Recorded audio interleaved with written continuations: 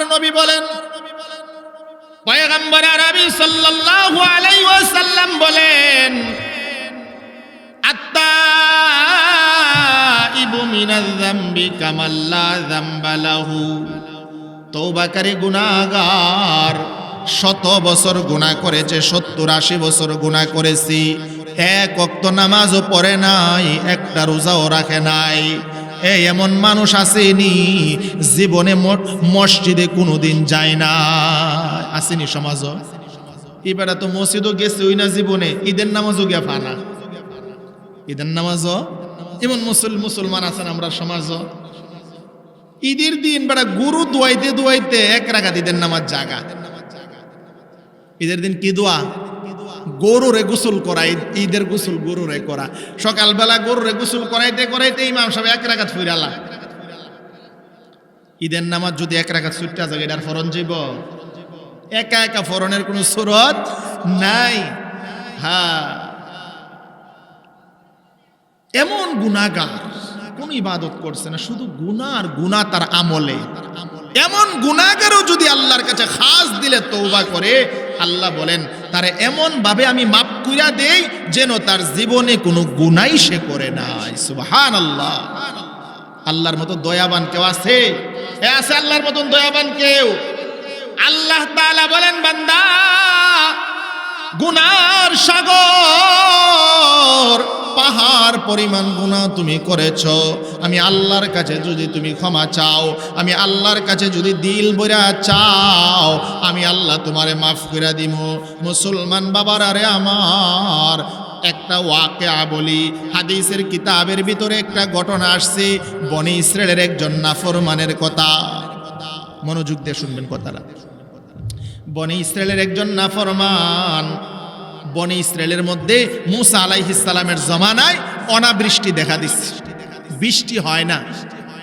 বৃষ্টি না হইলে মাঠে ফসল ফলে, সুন্দর ধান গুছাটা খুব সুন্দর হইছে, ধানটা খুব মোটা হইছে, বৃষ্টি না হইলে এই ধানের ভিতরে চাল হইব, এটা খরা হইয়া যাইব গা, এগুলা জ্বল্লা যাইব গা।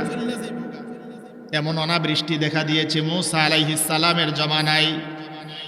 আসমানে বৃষ্টি নাই, এত বড় দুর্ভিক্ষ দেখা দিয়েছে, মাঠের ফসলগুলি পুড়ে ছাই হয়ে গেছে, একটা ঘাসও নাই গবাদি পশু খাওয়ার জন্য, একটু পানিও নাই যে প্রাণীরা ভক্ষণ করবে, এমনকি একটা কীট পতঙ্গ পর্যন্ত পিপাসার কারণে জিহ্বা বের করে দিয়েছি। এমন অনাবৃষ্টি দেখা দিয়েছে, পানির সংকট দেখা দিয়েছি। পয়গম্বর মুসা আলাইহিস সালাতু ওয়াস সালাম উম্মতদেরকে ডাকলেন, এ বনি ইসরাইলের আমার উম্মতেরা, চলো চলো আমরা আল্লাহর কাছে দোয়া করব, ইস্তিসকার নামাজ পড়ব, আল্লাহর কাছে দোয়া করব, আল্লাহর কাছে পানি চাইব, দেখি আল্লাহ নি পানি দেয়। এই কথা বলেন নবী উম্মতদেরকে নিয়ে মাঠে চলে গেলেন। কিতাবের ভিতরে আছে বনি ইসরাইলের 70,000 উম্মত নিয়ে পয়গম্বর মুসা মাঠের মধ্যে গিয়েছেন, আল্লাহর কাছে যে দোয়া করে আর বলে, আল্লাহ অনাবৃষ্টির কারণে আমরা সইতে পারি না, আল্লাহ গো বৃষ্টি দাও, বৃষ্টি দাও, পানির অভাবে আমরা পিপাসার্ত হয়ে গেছি, মাঠের ফসলগুলি নষ্ট হয়ে যাইতেছে, একটা প্রাণী একটা কীট পতঙ্গ পর্যন্ত পানির অভাবে জীবন হারাইতে বসেছি, আল্লাহ তোমার কাছে পানি চাই, তুমি আল্লাহ পানির ব্যবস্থা করে দেও। আল্লাহ তাআলা পয়গম্বর মুসা আল্লাহর দরবারে দোয়া করলেন, প্রথম দিন চলে গেলেন, বৃষ্টি নাই। জলিলুল কদর পয়গম্বর দোয়া করে বৃষ্টি হয় না। নবী বলেন চলো আজকে যাই, নবীর দোয়া বিফলে যায় না, হয়তো আল্লাহ বৃষ্টি আজকে দিবি। দ্বিতীয় দিন গিয়া আল্লাহর দরবারে দোয়া করলেন, বৃষ্টি নাই। তৃতীয় দিনের দিন পয়গম্বর মুসা আলাইহিস সালাতু ওয়াস সালাম মাঠে যায় আল্লাহর দরবারে হাত পাতে বলে, মালিক আমার উম্মত বড় বড় বড় কড়া মিজাজের মানুষ, 3 দিন তাদেরকে বুঝায়া সঞ্জায়া নিয়ে আসলাম। আল্লাহ গো, তুমি যদি বৃষ্টি আজকে না দাও, উম্মতদের ঈমান নিয়ে আমার বড় ভয় হয়। আল্লাহ তুমি বৃষ্টি দেয়া দাও, তুমি বৃষ্টি দাও। বৃষ্টির কারণে আমার উম্মত বড় কষ্ট করতেছে। বৃষ্টির কারণে আমার উম্মত, বৃষ্টি না হওয়ার কারণে আমার এলাকার সমস্ত প্রাণীগুলা কষ্ট করতেছি, মাঠের কীট পতঙ্গগুলা কষ্ট করতেছি। আল্লাহ, সব জিনিস নষ্ট হয়ে ছাই হয়ে গেছে, সারখার হয়ে গেছি। আল্লাহ, তোমার কাছে আমি পয়গম্বর মুসা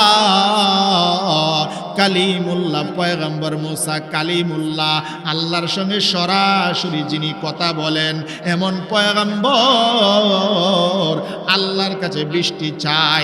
আল্লাহ তাআলা জিব্রাইলকে ডাক দেয়া বলেন, 3 দিনের দিন আল্লাহ জিব্রাইলকে পাঠা, যারে জিব্রাইল যা, আমার বন্ধু মুসার কাছে একটা সংবাদ নিয়ে যা। এ জিব্রাইল, আমার বন্ধুর কাছে গিয়া বলো, 1 দিন 2 দিন 3 দিন না, দিনের পর দিন যদি আমার বন্ধু মুসা বৃষ্টির জন্য দোয়া করে, আমি আল্লাহ তাআলা তার দোয়া কবুল করব না। কারণ হইল, সে যাদেরকে নিয়ে হাত বাড়াইছি, তার উম্মতদের মধ্যে এমন একজন নাফরমান আছে, যে এক নাফরমানের গুনার কারণে আমি আল্লাহর রাগ আইসা গেছে। আমি আল্লাহ তাআলা ওই নাফরমানের গুনার পাল্লা এত ভারী, তার গুনার কারণে পুরা জাতিরে অনাবৃষ্টি দিয়া দিছি। সবাই গুনাহকরণ লাগছে মুসিবত আওয়ানোর জন্য, একজনের গুনাহ ওই যথেষ্ট। কি গুনাহ? জিব্রাইল আইসা বলে, ও আল্লাহর পয়গম্বর, আল্লাহ তাআলা আপনার কাছে আমার সালাম দিয়ে পাঠাইছেন। হযরত জিব্রাইল আসার পরে পয়গম্বর মুসা বলে, ভাই 3 দিন ধরে আপনি আসেন না, আরো 2 দিন দোয়া করলাম, আপনি আসেন না। ও ভাই, আল্লাহ কেন বৃষ্টি দেওয়া বন্ধ করে দিছে? কারণটা কি?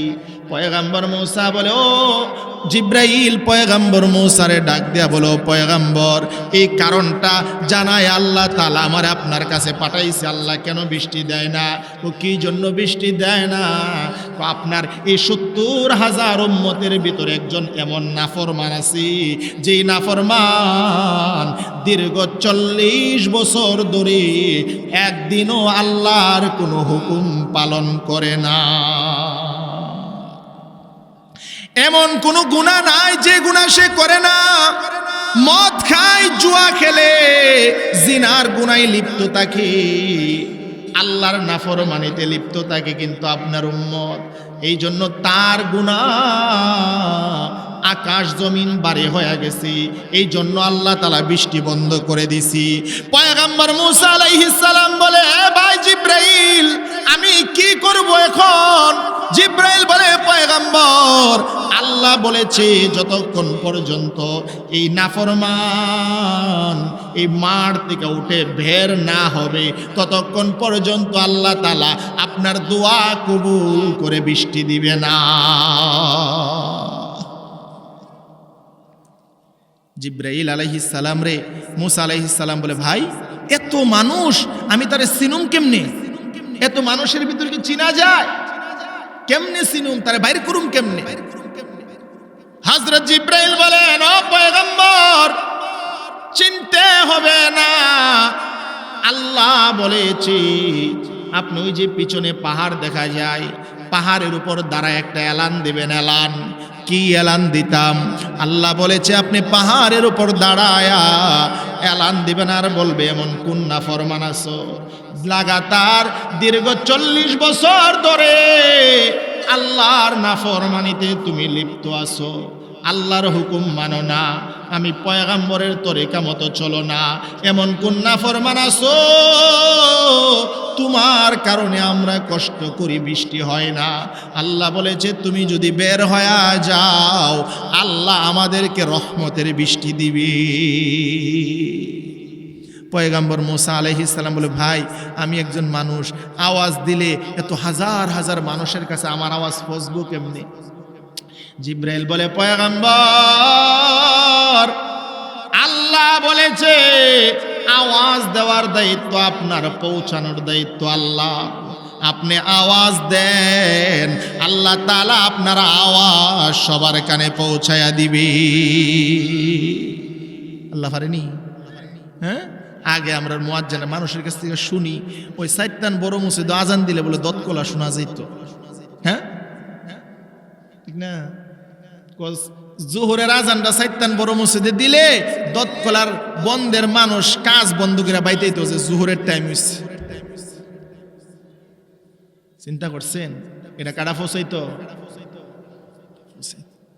এখন কিন্তু আমরা তিলেফারার উত্তরাডের আওয়াজ দহিনাডে আয় না, মাইক লাগাইও আয় না। রাহ গিয়া রুসমে আজারু হে বেলালি না রহি, রাহ গিয়া রুসমে আজারু হে বেলালি না রহি, ফলসফা রাহ গিয়া হে তলকিন গজালি না রহি। আজান তো আছে আগের মতো, কিন্তু বেলালের মতো মনে এখলাসওয়ালা মুয়াজ্জিন। হ্যাঁ, মুয়াজ্জিনের কথা কইতে গেলে আর অন্য সময়ের দরকার, এটা আজকে কইতাম না। তাক হযরত মুসা আলাইহিস সালাতু ওয়াস সালাম পয়গম্বর পাহাড়ের উপর দাঁড়ায় ডাক দিলেন, এই আমার উম্মতের মধ্যে এমন কোন নাফরমান আছো, তাড়াতাড়ি বের হয়ে যাও, তাড়াতাড়ি বের হয়ে যাও। তোমার নাফরমানির কারণে আল্লাহ তাআলা আমাদের বৃষ্টি বন্ধ করে দিয়েছি। আল্লাহ তাআলা বলেছে যতক্ষণ পর্যন্ত তুমি এখান থেকে বের না হইবা, ততক্ষণ পর্যন্ত আল্লাহ তাআলা আমাদেরকে রহমতের বৃষ্টি দিবে না। কে রে তুমি, কে আছো? তোমার কাছে হাত জোর করে বলি উম্মত তাড়াতাড়ি বের হয়ে যা। তোমার একজন মানুষের কারণে আমরা হাজার হাজার বনি ইসরায়েলরা কষ্ট করতেছি, আল্লাহর মাখলুকাতরা কষ্ট করতেছি, গরু ছাগল বেড়া বকরিগুলা কষ্ট করে, কীট পতঙ্গগুলা তোমার গুনার কারণে কষ্ট করে। ও আল্লাহর বান্দা তুমি বের হয়ে যাও, বের হয়ে যাও। আমার কথাটা আমার দিকে মনোযোগ, বের হয়ে যাও। নবী এলান দিছে, সব মানুষের কানে আল্লাহ এলানটা পৌঁছাইয়া দিছে। এখন সবাই ওন কাটা বাড়িব। ওন যদি আমি কই কেউ আজকে ফজর নামাজ কাটা পড়ছেন না, হারইছেন, একজন হারাইব না? হারিব কেরে হারিত না? ফজর নামাজ পড়ছে না মানুষের দিক কালাইব, তাহলে বুঝবো যে হে ফজর নামাজ পড়ে না, শরমের কারণে দাঁড়াইতো। আর বনি ইসরায়েলের মানুষ কি আমরার মধ্যে এমন এমন শতাধিক মানুষ ছিল? 70,000 কমপক্ষে। এত মানুষের মধ্য থেকে যদি বাইর, তাহলে এখন একজন আরেকজন পিছনের দিকে চা কাডা বাইর দিকা লই, ইমন নাফরমান কেডা? হের গুনার কারণে আল্লাহ আমরা এত কষ্ট দিতেছে অনাবৃষ্টি দিয়া। এই নাফরমানকে তার একটু এক নজর দেখি, এই চিন্তা করে সবাই গার ঘুরে একজন আরেকজনের দিকে চা, কে উঠটা যা। নবী মুসা আলাইহিস সালাম তো এলান দিয়া দাঁড়ায়া রইছে, কে বের হয় দেখি, কে বের হয় দেখি। আচ্ছা, যে গুনাহগার হে জানে তো আমি যে গুনাহগার, হে জানেনি? কারে কইতাছে কথাটা হে তো বুঝালাইছে। এই আল্লাহর বান্দা নাফরমান বুঝে ফেলছে, আর বাসার কায়দা নাই, আর বাসার কায়দা নাই। এখন আমারে ধরা পড়তে হবে। 40 বছর যাবত আমি নাফরমানি করেছি, দুনিয়ার কোনো মানুষ দেখে নাই, আল্লাহ তাআলা আমার গুনাহটা প্রকাশ করে নাই। কয়েকজনের সামনে প্রকাশ করলে একটা কথা ছিল, পুরা জাতির সামনে আমার গুনাহ যদি প্রকাশ হয়ে যায়, আমার জীবন মরণ সমান হয়ে যাবে, আমি একটা মুর্দা লাশ হয়ে জমিনে চলতে হবে। না না, বের হওয়া যায় না, বের হওয়া যায় না, আমি বের হইব না, আমি বের হব না। আবার পরক্ষণে চিন্তা করে, হায় আমি যদি বের না হই, আল্লাহ তো বলেছে আমি মারে থাকলে আল্লাহ দোয়া কবুল করবে না, বৃষ্টিও হবে না। এখন আমি কি করি? বের হয়ে গেলে ইজ্জত যায়, আমার জীবন মরণ সমান। মাঠে যদি তাকি বৃষ্টি হবে না, না খায়া সবাই মারা যাবে। এখন আমি কি করব? আল্লাহর বান্দা মনে মনে মনে মনে চিন্তা করতেছে, এখন কি মার থেকে বের হয়ে যাব, না এখানে বসে থাকবো?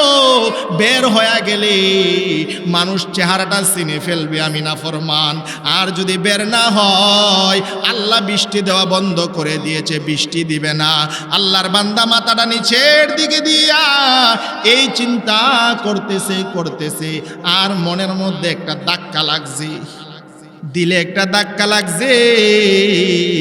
আল্লাহর বান্দা এবার আল্লাহর দরবারে হাত উড়ে, তো বলা যাবে না, হাত উড়ে মাপছিল আল্লাহ, মানুষ দিক্কালাইতো না। এই জন্য আল্লাহর বান্দা মাথা নিচের দিকে দিয়া আসমানের মালিক আল্লাহ, জমিনের মালিক আল্লাহ, কুল কায়নাতের মালিক আল্লাহ, বৃষ্টি দেওয়ার মালিক আল্লাহ, ওই মালিকের দরবারে মনে মনে অন্তরটারে পাক কইরা দিলটারে পবিত্র বানায়া আল্লাহর বান্দা অন্তর থেকে আল্লাহর একটা ডাক দিছে, আল্লাহ, এখন যদি মানুষের সামনে তুমি আমার ইজ্জত নষ্ট করে দাও, আমি মানুষের সামনে আর মুখ দেখাইতে পারবো না, আমি মানুষের সামনে আর কোনোদিন দাঁড়াইতে পারবো না। ও আল্লাহ, আমি তোমার কুদরতি হাতে পায়ে ধরে ক্ষমা চাই।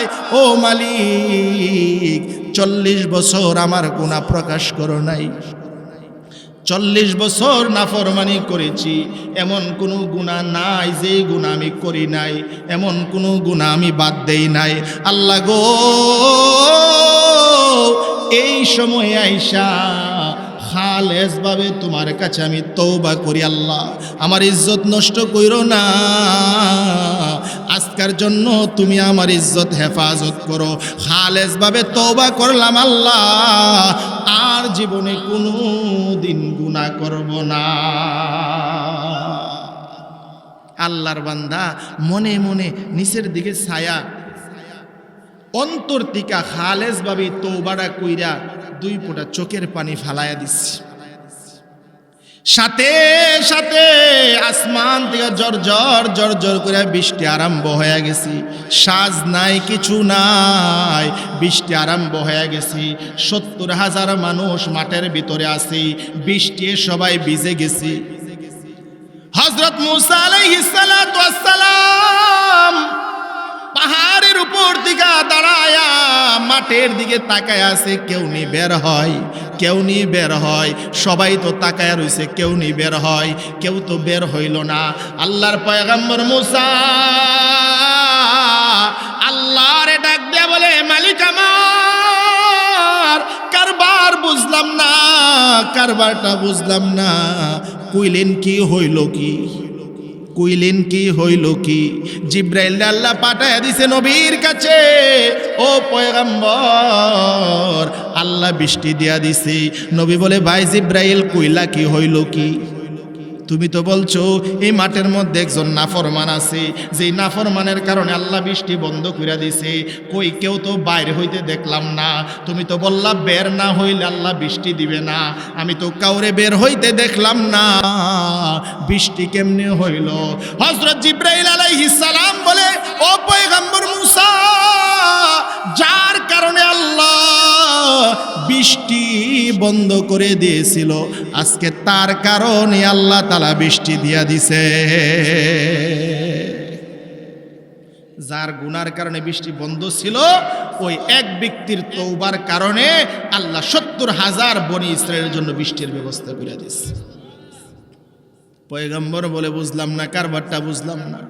এমন কোন উম্মত আমার আছে যে উম্মত একটা মাত্র ডাক দিয়া, একটা মাত্র ডাক দিয়া আল্লাহরে রাজি খুশি বানায় আলাইছে? এ ভাই, আল্লাহরে বেশি ডাকা লাগে না, রাজি করতে গেলে বেশি আল্লাহর পিছনে ঘোরা লাগে না। আল্লাহরে যদি ডাকার মতো একটা ডাক তুমি দিতে পারো, আসমানের মালিক তোমারে তার বন্ধু বানায়া নিবে। মনের মতো ডাক দিতে হইব, হ্যাঁ, আল্লাহরে ডাকার মতো ডাকতে হইব। ডাকার মতো ডাক দিলে একটাই যথেষ্ট, বেশি লাগে আমরা কেমনে ডাকব? ডাকার জন্য যে শর্ত কিচ্ছুই নাই, আমরা কেমনে ডাকবো? যেই জবান দিয়া ডাকবো জবান পবিত্র না, যেই শক্তি দিয়া ডাকবো শক্তি পবিত্র না। হারাম খায়া শক্তি বানাই, জবান দিয়া হারাম খাই, হারাম বলি, জবান তো নাপাক। তবে নাপাক জবান দিয়েও যদি ডাক দেওয়া যায় মনের মতো, আল্লাহ কবুল করে লাইব। হযরত মুসা আলাইহিস সালাম এবার আল্লাহর কাছে আবদার জানায়, ও মালিক আমার, এমন উম্মত আমার আছে এক ডাক দিয়া 40 বছরের গুনাহ মাফ করাই লইছি। 40 বছরের গুনাহ এক ডাক দিয়া মাফ করায়া ফেলছি। আল্লাহ তাআলা বলেন, যেই ব্যক্তি তওবা করে, নাফরমান শত শত বছর পরে গুনাহ করার পরে যদি একবার তওবা করে, আল্লাহ তাআলা তার তওবা কবুল করে নেই। ভাইরারে আমার, নারে তাকবীর, নারে তাকবীর। প্রধান অতিথির আগমন, আল্লামা জসিমউদ্দিন নারিজি সাহেবের আগমন, তেলিপাড়ার পক্ষ থেকে, তেলিপাড়ার পক্ষ থেকে নারে তাকবীর। আমরা সবাই চলে আসি, যে যেখানে আছি অতি তাড়াতাড়ি চলে আসি। হুজুর চলে আসছে, খুব সুন্দর আলোচনা করবেন। আমি 2 মিনিট আমার কথাটা শেষ করে ফেলি। হযরত মুসা আলাইহিস সালাতু ওয়াস সালাম আল্লাহরে বলে, আল্লাহ, এমন কোন উম্মত আমার আছে, আমার কথাটা শুনেন, যেই উম্মতে এক ডাক দিয়া 40 বছরের গুনাহ মাফ করে লইছে, উম্মতটারে আমি একটু দেখতে চাই। নবী বলে, আমি তারে একটু দেখতে চাই। আল্লাহ তাআলা জিবরাইলের মাধ্যমে জানাইলেন, নবী, না না, নাফরমান অবস্থায় তার চেহারা প্রকাশ করি নাই। যেই সময় গুনাহ করতে করতে করতে করতে 40 বছর গুনাহ কইরা আমি আল্লাহরে রাগায় ফেলছে, এরপরও তার চেহারা আমি উন্মুক্ত করি নাই। এখন তো বান্দা গুনাহগার না, তওবা কইরা আমি আল্লাহর আশিক হয়ে গেছে, আমি আল্লাহর মাহবুব হয়ে গেছি, তারে আমি তোমার সামনে লজ্জিত করব না। কেমনে লজ্জিত হইবে আল্লাহ? কই, তুমি যদি তারে চিনে ফেলো, তার চেহারাটা যদি দেখে ফেলো, তাহলে তোমার মনে মনে ধারণা আসবে যে এই লোকটাই নাফরমানি করছে 40 বছর, তার কারণে আমাদের বৃষ্টি বন্ধ হয়ে গেছিল। এই চিন্তাটা তো তোমার দিলে আইব যে হে ওই নাফরমানি কইরা বৃষ্টিটা বন্ধ করাইছেন, পরে যদিও তওবা করছে, পরে যদিও বালা হইছে, কিন্তু এর কারণে তো আমরা কষ্টটা করছিলাম। এই যে তোমার দিলের ভিতর ধারণাটা আসবে, আমার বান্দার প্রতি এমন ধারণা আসবে, এই জন্য তোমারে আমি তার চেহারা দেখাবো না। এই জন্য ভাই, আল্লাহর কাছে তওবা করা, পাপের জন্য তওবা করা, নিজের গুনার জন্য আল্লাহর কাছে ক্ষমা চাওয়া। এই তওবা জানতে গেলে, তওবা বুঝতে গেলে আগে তওবা শিখন লাগবো নি। তওবা শিখবেন কই? মাদ্রাসা যেতে পারবেন এখন? মাদ্রাসা যাওয়ার বয়স নাই, তাবলীগে যাওয়ার টাইম নাই। এখন এই ওয়াজের দরকার আছে না নাই? এমন ওয়াজ মাহফিলও আল্লাহর ওলিরা আয়েশা এই তওবার কথাগুলি শুনাইবো, তওবা শিখাইবো, তখন এনে তওবা করবেন। তাহলে ওয়াজ না হইলে তওবা শিখবেন কই থেকে? ওয়াজ হন না বন্ধ থাকুন? ওয়াজ হন না বন্ধ থাকুন? সবাই ওয়াজের পক্ষে তো? ইনশাআল্লাহ আমরা সবাই এই ওয়াজ যেন কিয়ামত পর্যন্ত চলে, এই চেষ্টা আমরা সবাই মিলে করব ইনশাআল্লাহ। আল্লাহ তাআলা আমাদের সবাইরে এই কথাগুলোর উপর আমল করার তৌফিক দান করুক। ওয়া মা আলাইনা ইল্লাল বালাগ।